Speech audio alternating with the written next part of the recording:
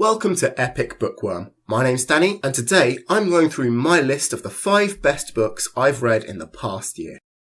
Before we get started, I should clarify a few things.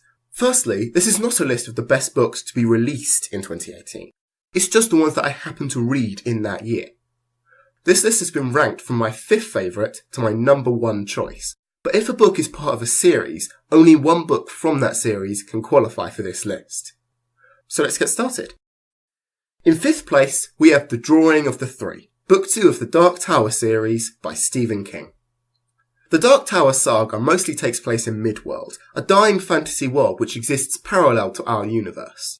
The main character of this series is Roland of Gilead, a man who trained his entire life to become a gunslinger. Gunslingers are warriors, whose purpose is to uphold justice, but after Midworld began to die, they were almost entirely wiped out.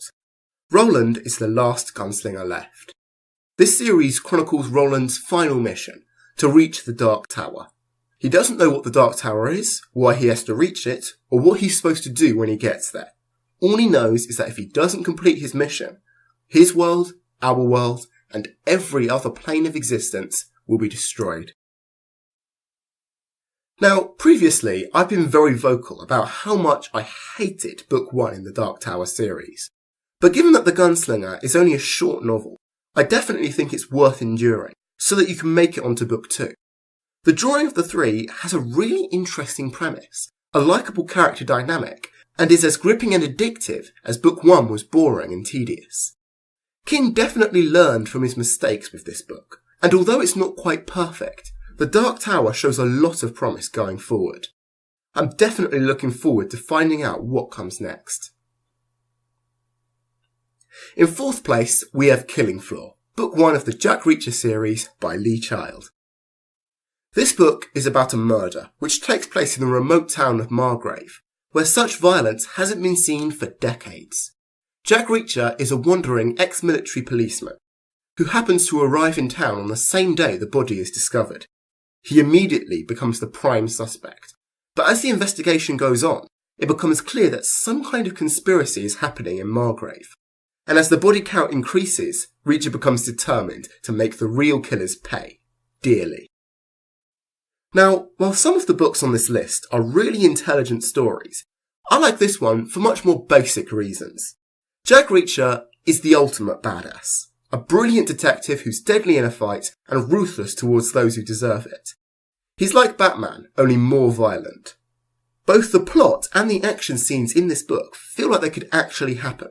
So the conspiracy is very realistic, and the fight scenes are extremely brutal. This book is designed to get you hooked from literally the first page, and does an excellent job of maintaining suspense, almost perpetually. So far, there have been 23 Jack Reacher novels, 8 short stories, and 2 blockbuster films, and based on what I've read here, his success is well deserved. In 3rd place, we have The Shining, the second Stephen King book to make this list. The Shining is about Jack Torrance, his wife Wendy, and their 5-year-old son Danny. Jack gets a job maintaining a mountaintop hotel during its off-season, which requires him and his family to move in for the entire winter. What with this being a Stephen King novel, naturally the Overlook Hotel is haunted. Although neither of his parents know it, Danny possesses psychic abilities, allowing him to read people's minds and catch glimpses of the future, which is how Danny knows that something terrible is going to happen to them at the Overlook Hotel. The Shining is a fantastically crafted horror novel, with each chapter being a little creepier than the last. It feels like the reader's sense of fear is actually creeping up on them. But I think what makes this one of the best horror novels to ever be written is the fact that there's more to it than just scary ghosts. The devolving relationship between Jack and his family is engaging even without supernatural intervention, and this book also executes the best negative character arc I've ever read. The foreshadowing which comes courtesy of Danny's psychic powers is excellent, providing just enough information to build tension, but not so much that the reader can predict what's coming next. All of these elements, the tragedy, the tension, the foreshadowing and the supernatural, combine to make something even more brilliant than the sum of its parts. In 2nd place, we have Red Rising, Book 1 of the Red Rising trilogy by Pierce Brown. This dystopia centres around Darrow of Lycos, who's a slave miner living beneath the surface of Mars. In this universe, society has been divided into an ethnic hierarchy. Atop this hierarchy sit the Golds, rich and powerful overlords who have conquered the entire solar system. Darrow is a red, the lowest of all the colours. This series follows Darrow's attempts to overthrow this racist system by disguising himself as a Gold and infiltrating their command school, where the future rulers of worlds are made.